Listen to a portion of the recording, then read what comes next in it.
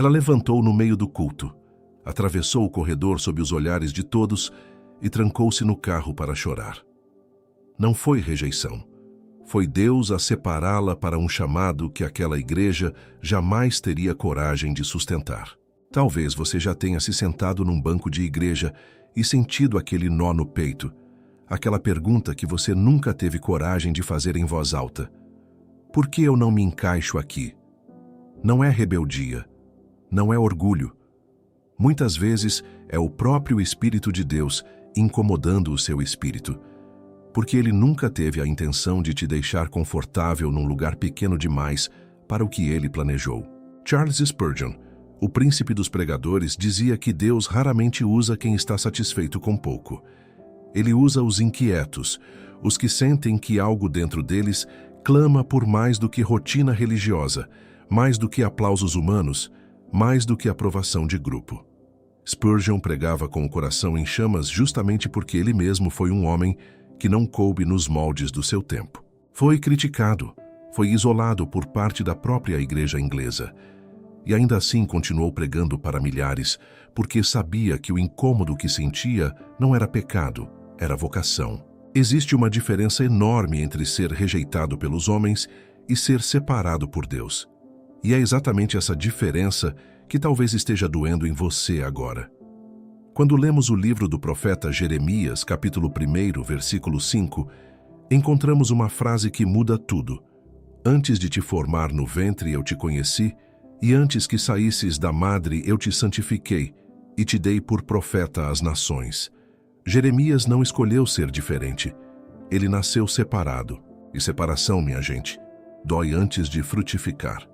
Se você tem sentido que as conversas da igreja não te alcançam mais como antes, que os cultos parecem repetir sempre o mesmo roteiro, enquanto o seu coração pede profundidade, isso não é sinal de fraqueza espiritual. Pode ser exatamente o contrário. Pode ser o primeiro sinal de que Deus está te tirando da plateia para te colocar no altar. Ninguém troca de posição sem sentir o desconforto da mudança. Pense em José, filho de Jacó. A família dele era o ambiente mais próximo que ele tinha. E ainda assim foi essa mesma família que não suportou o chamado que Deus havia colocado sobre a vida dele. Os irmãos odiaram os sonhos que José contava, e o motivo do ódio não era maldade gratuita. Era a incapacidade deles de reconhecer grandeza onde deveria haver apenas mais um irmão comum.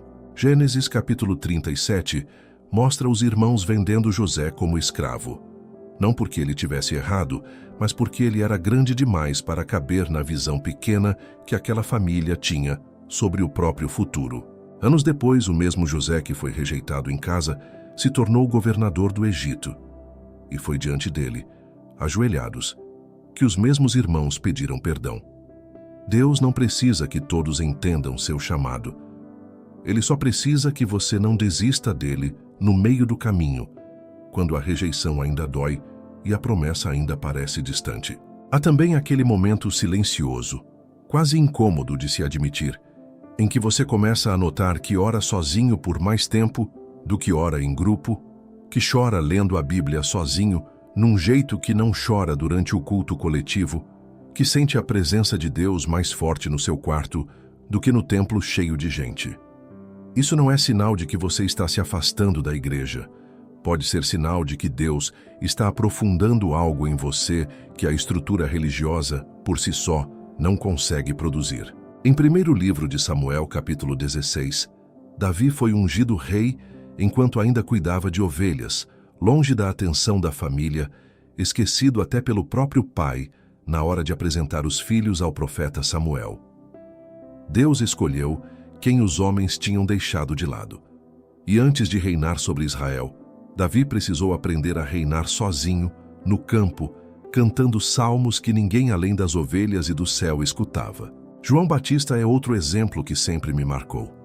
Ele não cresceu entre os líderes religiosos de Jerusalém, não foi formado nas escolas dos fariseus, não seguiu o caminho esperado para quem nasceria filho de sacerdote.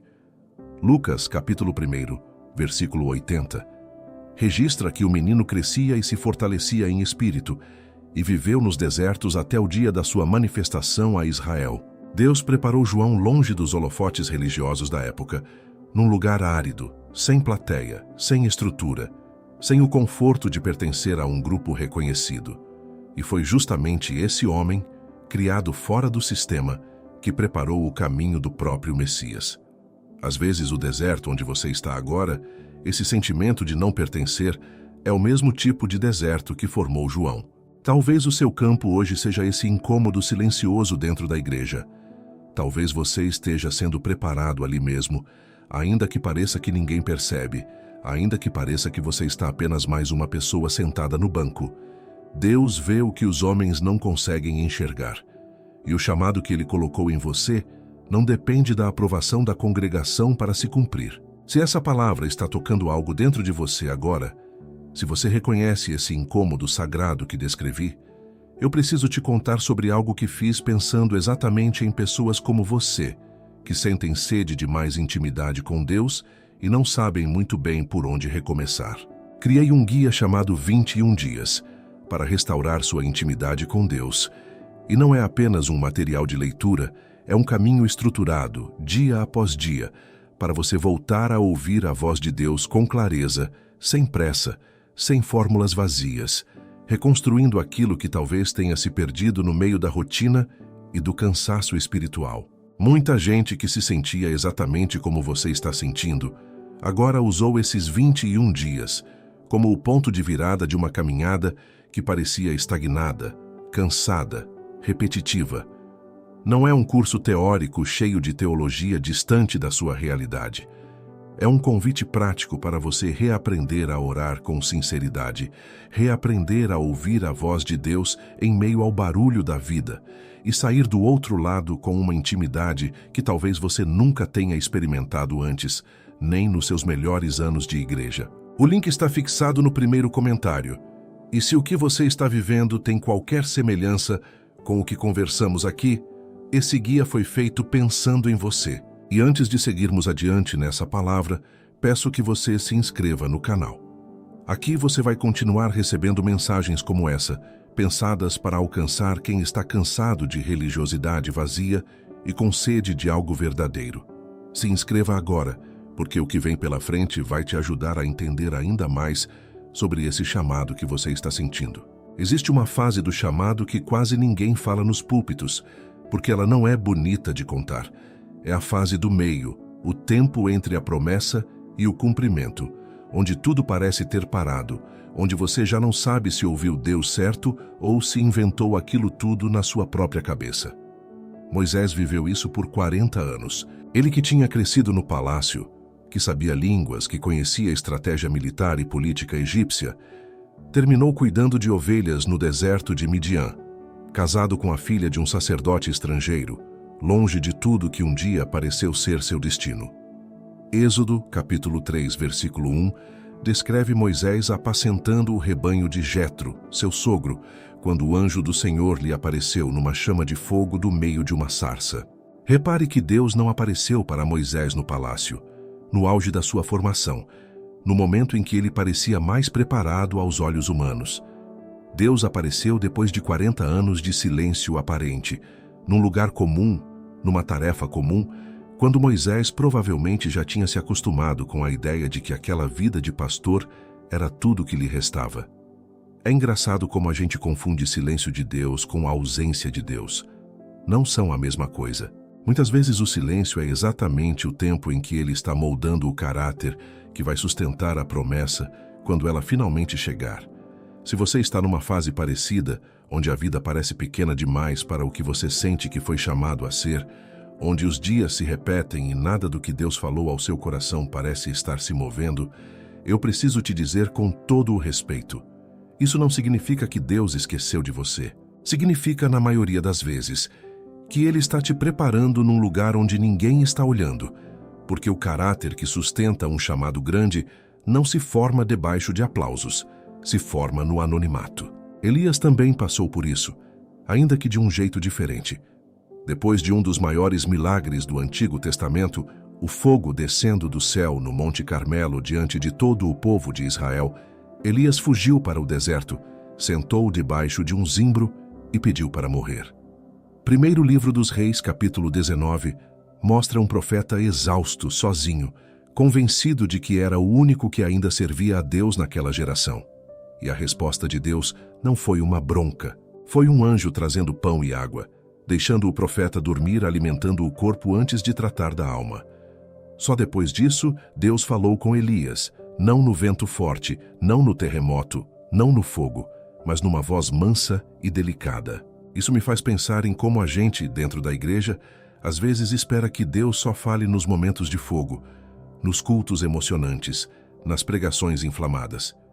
Mas boa parte da formação espiritual mais profunda acontece na voz mansa, no momento quieto, quando ninguém está filmando, quando não tem hino de fundo, quando é só você e Deus numa conversa que o resto da congregação nunca vai presenciar. Talvez seja por isso que você se sinta deslocado nos ambientes mais barulhentos da fé. Não é desprezo pelo corpo de Cristo, longe disso. É que o seu espírito já provou de um tipo de intimidade que não se sustenta só na superfície. Uma vez que você experimenta a voz mansa e delicada, fica difícil se contentar apenas com o volume alto. Tiago, capítulo 1, versículo 4, fala que a paciência deve ter a sua obra perfeita, para que sejamos perfeitos e completos, sem faltar coisa alguma. A palavra usada ali carrega a ideia de um processo, de algo que amadurece aos poucos, sem pressa, mesmo quando a pressa é exatamente o que a nossa carne pede. Você quer o cumprimento agora. Eu entendo isso, mas o cumprimento que chega cedo demais, antes do caráter estar formado, geralmente não se sustenta. Pense em José outra vez, porque a história dele ilustra bem esse ponto. Entre o sonho que ele teve aos 17 anos e o momento em que se tornou governador do Egito, se passaram cerca de 13 anos de cisterna, escravidão e prisão. 13 anos parece uma eternidade quando você está vivendo dentro deles. Mas quando José finalmente assumiu a posição, ele já tinha aprendido a administrar, a liderar sob pressão, a perdoar quem o traiu, a confiar em Deus mesmo quando as circunstâncias diziam o contrário. Nada daquilo teria sido possível se o cumprimento tivesse vindo no primeiro ano. Então, se você está nesse tempo de espera, nesse deserto particular que ninguém mais enxerga, saiba que não está sendo esquecido, está sendo formado. E o mesmo Deus que alimentou Elias debaixo do zimbro, que falou com Moisés na sarça depois de 40 anos de silêncio, que tirou José da cisterna no tempo certo, é o mesmo Deus que está atento a cada dia da sua espera agora. O apóstolo Paulo também atravessou um período assim, um tempo que a Bíblia quase não detalha, mas que durou anos. Gálatas, capítulo 1, versículo 17, conta que depois do encontro com Jesus no caminho de Damasco, Paulo não subiu logo a Jerusalém para conversar com os outros apóstolos, mas foi para a Arábia e depois voltou outra vez a Damasco.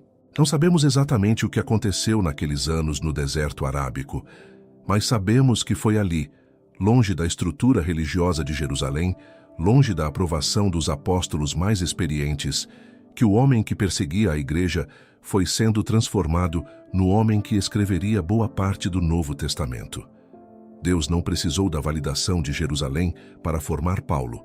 Ele usou o deserto, o isolamento, o tempo sem plateia. Isso muda a forma como a gente encara os períodos de solidão espiritual. Talvez você não esteja isolado porque fez algo errado. Talvez você esteja isolado porque Deus reservou esse tempo só para os dois, sem intermediários, sem a interferência de vozes humanas que ainda não conseguem enxergar o que Ele está construindo dentro de você. Há uma santidade nesse tipo de solidão que a gente só reconhece depois, olhando para trás, quando o fruto já apareceu. E enquanto você espera, vale a pena perguntar: o que estou fazendo com esse tempo? Estou usando esses dias comuns para aprofundar minha oração, minha leitura da palavra, minha capacidade de discernir a voz de Deus em meio ao barulho? Ou estou apenas contando os dias ansioso pelo cumprimento, sem deixar que o próprio processo cumpra o seu papel em mim? A resposta a essa pergunta, mais do que qualquer circunstância externa, é o que vai determinar se você sai desse tempo pronto ou ainda cru para o que Deus tem reservado. Existe uma diferença entre esperar parado e esperar em preparo. A espera parada só olha para o relógio, reclama do tempo, se desgasta na comparação com quem parece estar mais à frente. A espera em preparo usa cada dia, mesmo os mais comuns, para fortalecer a fé e aprender a ouvir a voz mansa antes mesmo de precisar dela numa crise. Essa segunda espera é a que Deus honra. Tem um detalhe da vida de Davi que costuma passar despercebido. Antes de enfrentar Golias, antes de reinar sobre Israel, ele já tinha sido ungido rei por Samuel, na frente dos próprios irmãos. Primeiro livro de Samuel, capítulo 16, versículo 13, registra que desde aquele dia em diante, o Espírito do Senhor se apoderou de Davi. E ainda assim, logo depois da unção, ele voltou a cuidar das ovelhas do pai. Ninguém organizou uma cerimônia pública. Ninguém mudou a rotina dele da noite para o dia. O chamado tinha sido confirmado no Espírito, mas a vida exterior continuava exatamente igual, ao menos por enquanto. Isso mostra algo que a gente esquece com facilidade. Receber uma palavra de Deus não significa que tudo ao seu redor vai mudar imediatamente para te reconhecer. Muitas vezes, você vai continuar no mesmo lugar, entre as mesmas pessoas, fazendo praticamente as mesmas tarefas, carregando por dentro uma certeza que ninguém mais enxerga. E isso, minha gente, exige uma fé silenciosa, o tipo de fé que não precisa de aplauso para se sustentar. O mais difícil, porém, ainda estava por vir para Davi. Depois que ele se tornou conhecido, depois da vitória sobre Golias, foi justamente o rei Saul, a maior autoridade de Israel na época, quem passou a persegui-lo. Não foram os filisteus os maiores adversários da segunda fase da vida de Davi. Foi alguém dentro do próprio povo de Deus, alguém que deveria ter sido pai espiritual e se tornou inimigo movido por inveja. Primeiro livro de Samuel, capítulo 18. Descreve Saul observando Davi com desconfiança a partir daquele dia, e essa desconfiança cresceu até virar perseguição armada. Você já parou para pensar? Por que às vezes a maior oposição ao seu chamado vem de dentro da própria fé, de pessoas que deveriam estar do seu lado? Não é incomum. Jesus mesmo enfrentou isso na sua própria cidade. Lucas, capítulo 4, conta que quando ele voltou a Nazaré e leu as Escrituras na sinagoga, declarando que aquele texto se cumpria ali mesmo, o povo que o conhecia desde criança se encheu de ira e tentou lançá-lo de um precipício. Não foram romanos pagãos, foram vizinhos, parentes distantes, gente que via Jesus crescer e não conseguia aceitar que aquele filho do carpinteiro pudesse carregar a autoridade divina. Existe algo na proximidade que às vezes cega mais do que esclarece. Quem te conheceu criança, quem lembra dos seus erros de juventude, quem te viu fraco em outros momentos, tem dificuldade de reconhecer quando Deus decide fazer algo novo em você. E isso diz sim, principalmente quando vem de dentro da igreja, de pessoas que você ama e admira na fé. Mas repare que nem Davi nem Jesus deixaram que a rejeição dos próximos parasse o propósito de Deus. Davi passou anos fugindo de Saul, escondido em cavernas, cercado de homens endividados e descontentes, longe de qualquer estrutura de poder, e foi justamente nesse período que ele escreveu boa parte dos salmos, que consolam pessoas até hoje. A dor da rejeição, quando entregue a Deus, produz profundidade que a aprovação humana jamais produziria.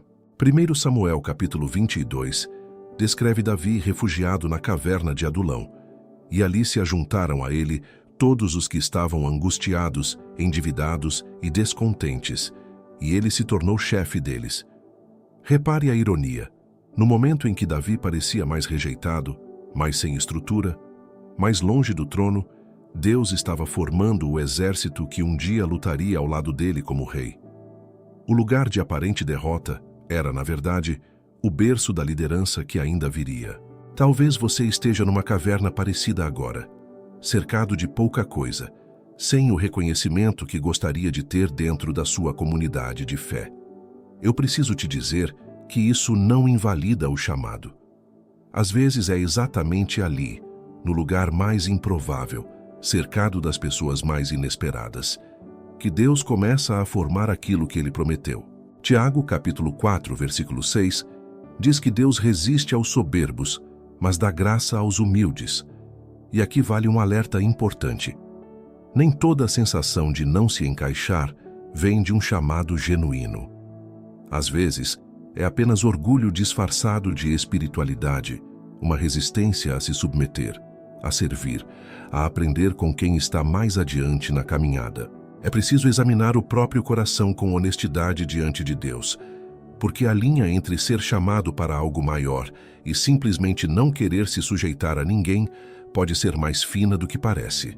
A diferença costuma aparecer no fruto. Quem carrega um chamado genuíno, mesmo sentindo-se deslocado, continua servindo, continua honrando quem está à frente, continua se humilhando diante de Deus, mesmo sem entender tudo. Já quem carrega apenas orgulho disfarçado tende a se afastar, criticar, se colocar acima dos outros, buscar reconhecimento em vez de submissão ao processo. Examine seu próprio coração antes de assumir que toda inquietação é vocação divina. Existe também a história de Ana, no início do primeiro livro de Samuel. Ela sofria por não ter filhos e um dia foi ao templo derramar sua alma diante de Deus, orando em silêncio, apenas mexendo os lábios sem emitir som. O sacerdote Eli, vendo aquilo de longe, achou que ela estava embriagada e a repreendeu publicamente. 1 Samuel capítulo 1, versículo 13, descreve exatamente essa cena. Eli pensando que Ana estava bêbada, quando na verdade ela vivia um dos momentos mais íntimos e sinceros de oração da sua vida.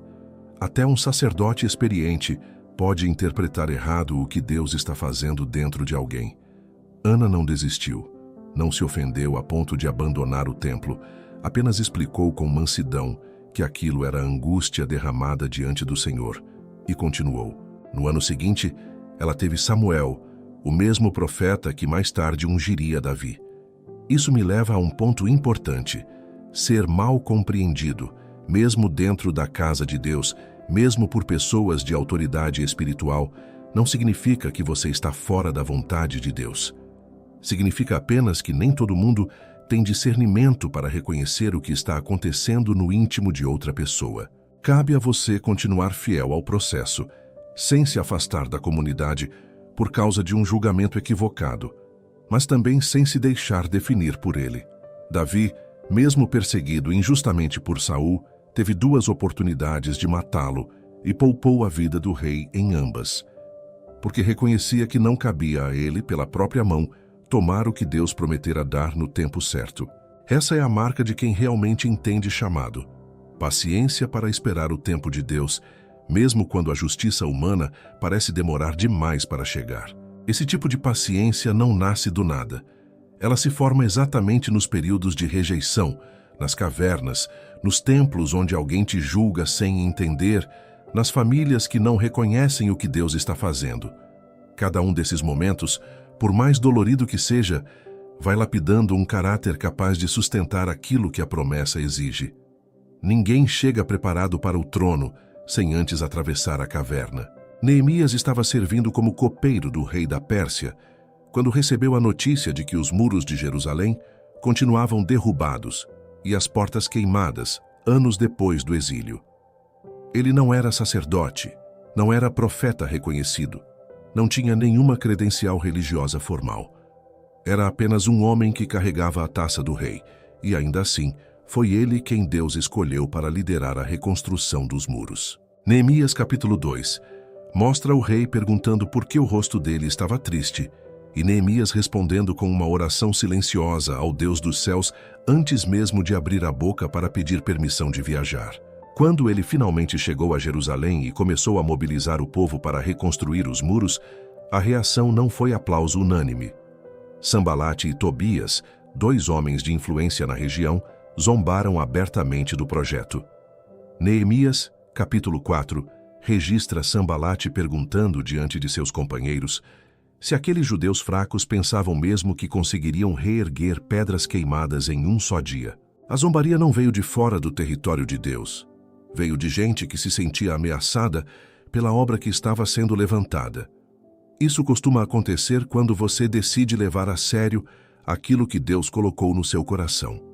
Nem sempre a oposição vem de inimigos declarados da fé. Às vezes vem de pessoas próximas, de vozes que deveriam incentivar, e em vez disso preferem duvidar, comentar, insinuar que você não vai conseguir, que está se aventurando demais, que deveria voltar para o lugar pequeno onde estava antes. A resposta de Neemias, porém, foi simples e poderosa. Ele não parou para discutir com os zombadores e também não ignorou completamente a ameaça. Ele organizou o povo para trabalhar com uma ferramenta numa mão e uma arma na outra, e continuou construindo. Havia sabedoria ali, não era teimosia cega nem paralisia por medo. Era discernimento para reconhecer quando responder e quando simplesmente seguir trabalhando. Talvez seja esse o equilíbrio que falta em muita gente que sente esse chamado para algo maior. De um lado, existe o perigo de gastar tanta energia respondendo a quem zomba que a obra nunca avança. Do outro, existe o perigo de ignorar completamente os riscos reais e agir com imprudência. O caminho maduro fica no meio, seguir trabalhando, com os olhos abertos, sem se deixar paralisar pelo comentário alheio. Esther viveu algo parecido, embora num contexto completamente diferente. Judia, órfã, criada pelo primo Mordecai, ela se tornou rainha da Pérsia num momento em que seu povo estava sob ameaça de extermínio. Quando Mordecai pediu que ela intercedesse diante do rei, mesmo correndo o risco de morte, ele disse uma frase que atravessa gerações. Quem sabe não foi para um momento como este que você chegou à posição de rainha? Esther, capítulo 4, versículo 14, carrega essa pergunta, que ainda ecoa hoje em quem sente que o lugar estranho onde está pode, na verdade, ser exatamente o lugar certo, no tempo certo, para um propósito que ainda não foi revelado por completo. Esther não tinha vocação de líder religiosa, não tinha treinamento para enfrentar decretos reais, não escolheu ativamente aquela posição de influência, mas quando o momento de decisão chegou, ela entendeu que estar deslocada dentro de um palácio pagão, longe do templo, longe da estrutura religiosa do seu povo, era exatamente onde Deus a queria para salvar uma nação inteira. Às vezes o chamado não parece religioso o suficiente, não parece espiritual o bastante, aos olhos de quem observa de fora, e ainda assim é ali que Deus decide agir. Repare que tanto Neemias quanto Esther precisaram de coragem para agir apesar do medo, não na ausência dele. Neemias tinha medo de falar com o rei, tanto que o texto bíblico registra o quanto ele temeu antes de abrir a boca. Esther também temia, a ponto de pedir jejum de 3 dias antes de se apresentar ao rei sem ser chamada, sabendo que isso poderia custar sua vida. Coragem na Bíblia quase nunca aparece como ausência de medo. Aparece como obediência, apesar do medo. Se você está enfrentando zombaria, dúvida alheia, ou até o próprio medo diante do que sente que precisa fazer, talvez esteja exatamente no ponto de decisão que Neemias e Esther enfrentaram. A pergunta não é se você tem medo. A pergunta é se você vai deixar o medo decidir por você, ou se vai agir mesmo sentindo o peso dele. Gideão também duvidou da própria capacidade antes de aceitar o chamado. Quando o anjo do Senhor o chamou de homem valente e disse que ele libertaria Israel das mãos dos midianitas, Gideão respondeu, perguntando como poderia salvar Israel, já que sua família era a mais pobre de Manassés e ele mesmo era o menor na casa do seu pai. Juízes, capítulo 6, versículo 15, registra essa objeção quase imediata, como se Gideão estivesse tentando convencer Deus de que havia se enganado na escolha. Deus não discutiu com os argumentos de Gideão, simplesmente respondeu que estaria com ele, e isso bastaria. Há algo libertador nesse trecho para quem se sente pequeno demais, despreparado demais ou simplesmente fora do padrão esperado para carregar um propósito maior. Gideão não se tornou corajoso antes de agir. Ele agiu ainda inseguro, e a coragem foi se formando no processo, batalha após batalha, até se tornar o libertador que a história registra. O chamado raramente espera a pessoa se sentir pronta. Ele convoca justamente quem ainda está no meio da insegurança, porque é ali que a dependência de Deus se torna mais evidente. Percebe o padrão que se repete em todas essas histórias? Ninguém se sentiu completamente preparado antes de agir. Moisés gaguejava e duvidava da própria capacidade de falar diante do faraó. Neemias temia a reação do rei. Ester temia a própria morte. Gideão se via como o menor de uma família pobre. E ainda assim cada um deles se moveu, um passo de cada vez, sem exigir de si mesmo uma segurança que provavelmente só chegaria depois, no meio do próprio caminho. Talvez essa seja a lição mais prática de tudo isso. Você não precisa se sentir 100% pronto para começar a caminhar na direção do que Deus colocou em você. A prontidão, muitas vezes, é uma consequência da obediência, não um requisito prévio para ela. Vale lembrar também que nem Neemias, nem Ester, nem Gideão agiram sozinhos. Neemias mobilizou o povo, dividiu o trabalho, organizou famílias inteiras em torno da reconstrução. Ester pediu que Mordecai reunisse os judeus da capital para jejuar junto com ela antes de se apresentar ao rei. Gideão, mesmo depois de aceitar o chamado, reuniu um exército, ainda que Deus tenha reduzido esse exército a apenas 300 homens, para deixar claro que a vitória não viria da força humana. Mesmo quem carrega um chamado que parece solitário, precisa em algum momento da comunidade ao redor, ainda que essa comunidade não entenda completamente o alcance daquilo que está sendo construído. Chamado grande raramente se cumpre em isolamento total, mesmo quando começa num lugar de solidão. Marcos, capítulo 3, traz uma cena que sempre me impressiona pela sinceridade brutal com que os evangelhos retratam até a própria família de Jesus. Diz o texto que, quando os parentes dele ouviram falar do que estava acontecendo, saíram para detê-lo, porque diziam que ele estava fora de si. Não eram inimigos religiosos, não eram fariseus hostis. Eram os próprios familiares de Jesus, pessoas que conviveram com ele durante anos em Nazaré, e que agora, diante do ministério público que ele estava desenvolvendo, concluíram que aquilo era loucura. Se até Jesus foi mal compreendido pela própria família, por que esperamos que o nosso chamado seja recebido com aplausos unânimes por todo mundo ao nosso redor? Existe uma expectativa irreal de que, quando Deus está fazendo algo genuíno em nós, todo mundo vai perceber e concordar imediatamente. A Bíblia mostra exatamente o contrário. Quase todo personagem usado por Deus de forma significativa passou por algum tipo de incompreensão, seja da família, dos líderes religiosos ou da própria comunidade de fé. Isso não significa que devemos desprezar a opinião alheia ou nos tornarmos arrogantes diante de qualquer correção. Muito pelo contrário, já falamos sobre a importância de examinar o próprio coração, de continuar servindo, de não deixar que a sensação de chamado vire desculpa para a soberba. O que estou dizendo é outra coisa. Não espere que a compreensão total dos outros seja o sinal confirmador de que você está no caminho certo.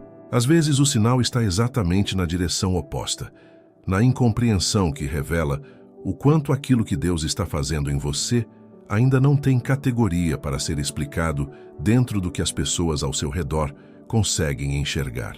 Depois da morte de Moisés, Josué recebeu a responsabilidade de conduzir o povo de Israel para dentro da terra prometida. Não era uma tarefa simples. Ele estava substituindo o maior líder que Israel já tivera, entrando numa terra ocupada por povos fortificados, carregando a expectativa de milhões de pessoas que passaram 40 anos no deserto esperando esse momento. Josué, capítulo 1, versículo 9, traz a ordem que Deus deu a ele. Não te mandei eu? Sê forte e corajoso, não temas, nem te espantes, porque o Senhor teu Deus é contigo, por onde quer que andares. Repare que Deus não prometeu a Josué que todo mundo entenderia suas decisões, nem que as batalhas seriam fáceis, nem que a liderança dele seria unânime entre o povo. A promessa foi presença. Eu estarei contigo por onde quer que andares. Muitas vezes, é exatamente isso que sustenta alguém que se sente deslocado dentro da própria comunidade religiosa. Não é a garantia de compreensão geral, é a certeza da presença de Deus caminhando ao lado, mesmo quando ninguém mais consegue acompanhar o ritmo daquilo que está sendo construído dentro de você. Existe um momento na vida de quem carrega um chamado genuíno em que a pergunta muda de forma. No começo, a pergunta costuma ser: por que ninguém me entende? Com o tempo, amadurecida pela caminhada, a pergunta se transforma em: Senhor, o que o Senhor quer que eu faça, independente de quem entende ou não? Essa mudança de pergunta é, talvez, o maior sinal de crescimento espiritual que existe. Ela tira o foco da aprovação humana e coloca de volta onde sempre deveria ter estado, na obediência direta a Deus. Paulo escreveu aos Gálatas, capítulo 1, versículo 10, uma frase que resume bem esse amadurecimento. Se eu ainda buscasse agradar aos homens, não seria servo de Cristo. Não é uma frase de desprezo pelas pessoas, é uma frase de clareza sobre prioridades. Existe uma diferença entre amar as pessoas, servir as pessoas, honrar as pessoas e viver refém da aprovação delas a ponto de abandonar aquilo que Deus colocou dentro de você só para se encaixar melhor. Talvez o convite nesse ponto da nossa conversa seja simples. Pare de tentar se encaixar à força num molde que nunca foi feito para você.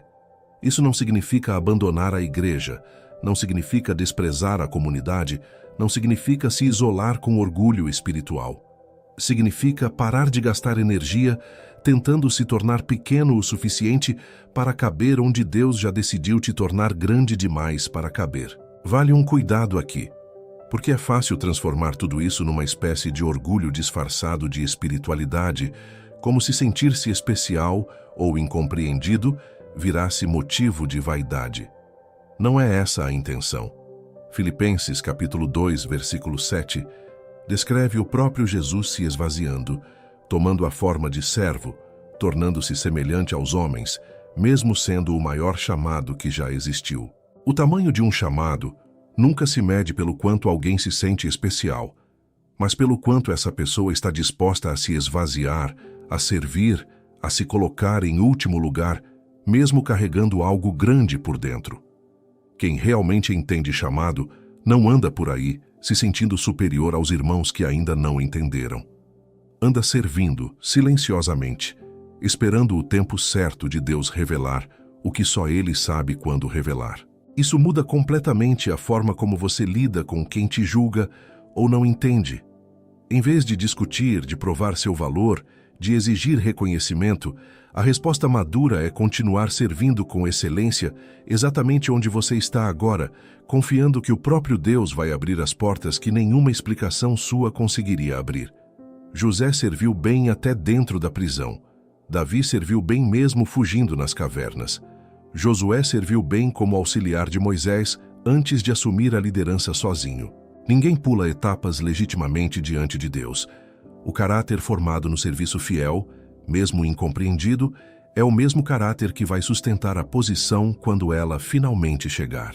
Pense outra vez em José, agora governador do Egito, reencontrando os irmãos que o venderam. Gênesis capítulo 45 mostra José chorando tão alto que os egípcios ouviram, e dizendo aos irmãos que não fossem eles quem o enviaram ali, mas Deus, para preservar a vida de muita gente por meio de um grande livramento. Anos de rejeição, cisterna, escravidão e prisão terminaram numa cena de restauração que só fazia sentido depois de percorrido todo o caminho. Nenhum passo daquela dor foi desperdiçado, nem sequer o dia em que os próprios irmãos o venderam.